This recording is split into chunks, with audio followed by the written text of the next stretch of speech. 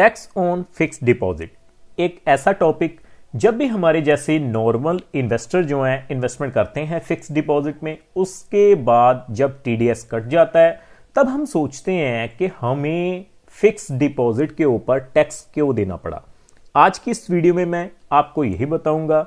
चाहे आप banking field में इन्वेस्टमेंट कीजिए, चाहे आप पोस्ट ऑफिस में इन्वेस्टमेंट कीजिए, आप किस तरह से टीडीएस यानी टैक्स से बच सकते हैं अगर आप इन्वेस्टमेंट करते हैं फिक्स्ड डिपॉजिट में। और यह भी बताऊंगा कि कितने पैसे के ऊपर कितना जो टैक्स है वो आपको लग सकता है। दोस्तों, टॉपिक आपको पता चल चुका है, तो चलिए बिना किसी देरी के शुरू करते हैं हमारा वीडियो। हाँ जी, तो फ्रेंड्स कैसे हैं आप? मैं हूं आपका होस्ट और दोस्त गगनदीप, आपके अपने फेवरेट चैनल जीडी टेकी से।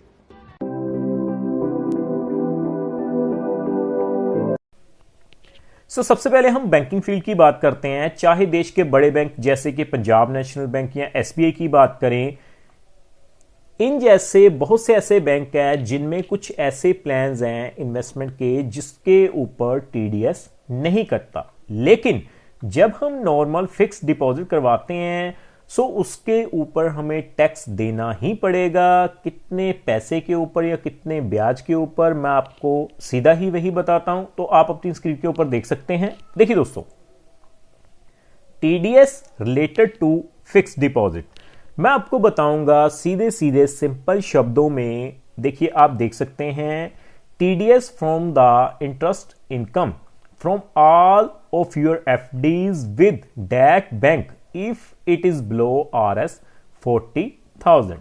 मतलब कि आप जितनी चाहे उतनी एफडीज करवाइए, लेकिन उन सभी एफडीज का ब्याज अगर 40,000 से नीचे है फिर आपको टीडीएस नहीं लगेगा जी, अगर आप जनरल कैटेगरी में आते हैं।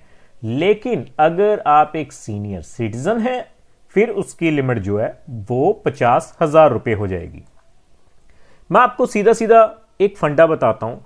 आप एक नॉर्मल इन्वेस्टर मान लीजिए, अगर आप 10 लाख की एफडी करवाएंगे तो आप ब्याज की कैटेगरी पार कर जाएंगे, यानी उसका ब्याज जो है 40,000 से ज्यादा होगा और आप टीडीएस के दायरे में आ जाएंगे। देखिए, if this income cross the 40,000 और 50,000 फॉर सीनियर सिटीजन, मतलब कि अगर ब्याज की राशि 40,000 या 50,000 से ज्यादा हो जाती है, अगर आप सीनियर सिटीजन हैं, तो 10% जो है वो टीडीएस आपका कटेगा अगर आपने पैन कार्ड सबमिट करवाया है फिक्स डिपॉजिट के दौरान। ठीक है दोस्तों, सीधा सीधा समझ लीजिए। अगर देखिए, if you can fail to provide the bank with your PAN card, मतलब परमानेंट अकाउंट नंबर, अगर आपने एफडी के दौरान अपने बैंक से पैन कार्ड लिंक नहीं करवाया तो फिर आपको जो है 20% तक जो टीडीएस मतलब के टैक्स देना पड़ेगा। ठीक है, अब आप सोचेंगे कितने पैसे के ऊपर जो अमाउंट है वो 40,000 या 50,000 के पार हो सकती है। तो देखिए दोस्तों, मैं आपको बता देता हूं। मैंने एफडी कैलकुलेटर को ओपन किया है और उसमें मैंने जो अमाउंट फिल की है वो नियर अबाउट की है 5,60,000 रुपए। ठीक है दोस्तों, अगर आप जर्नल की कैटेगरी में आते हैं तो नियर अबाउट 6.5% का रिटर्न आपको मिलेगा। सीनियर सिटीजन्स के ऊपर 7% का रिटर्न आपको मिल जाएगा। तो आप देखिए, अगर 7% के हिसाब से मैं 5,60,000 को कैलकुलेट करूं एक साल के लिए, तो 5,60,000 के ऊपर जो मेच्योरिटी वैल्यू है वो 6 लाख रुपए हो गई, यानी कि ब्याज की राशि जो है वो 40,000 के पार हो गई। ठीक है दोस्तों, यानी कि अब आप ये समझ लीजिए कि अगर आपने नियर अबाउट 5.5 लाख या 6 लाख की फिक्स डिपॉजिट करवाई तो आप टैक्स के दायरे में आ जाएंगे। तो अब आप टैक्स से कैसे बचे? तो सीधा सा फंडा है भाई, अगर तो आप टैक्स के दायरे में आ रहे हैं तो आपको करना क्या होगा, आपको जो है आईटीआर यानी जिसे हम इनकम टैक्स रिटर्न बोलते हैं, आपको वो हर साल सबमिट करनी होगी।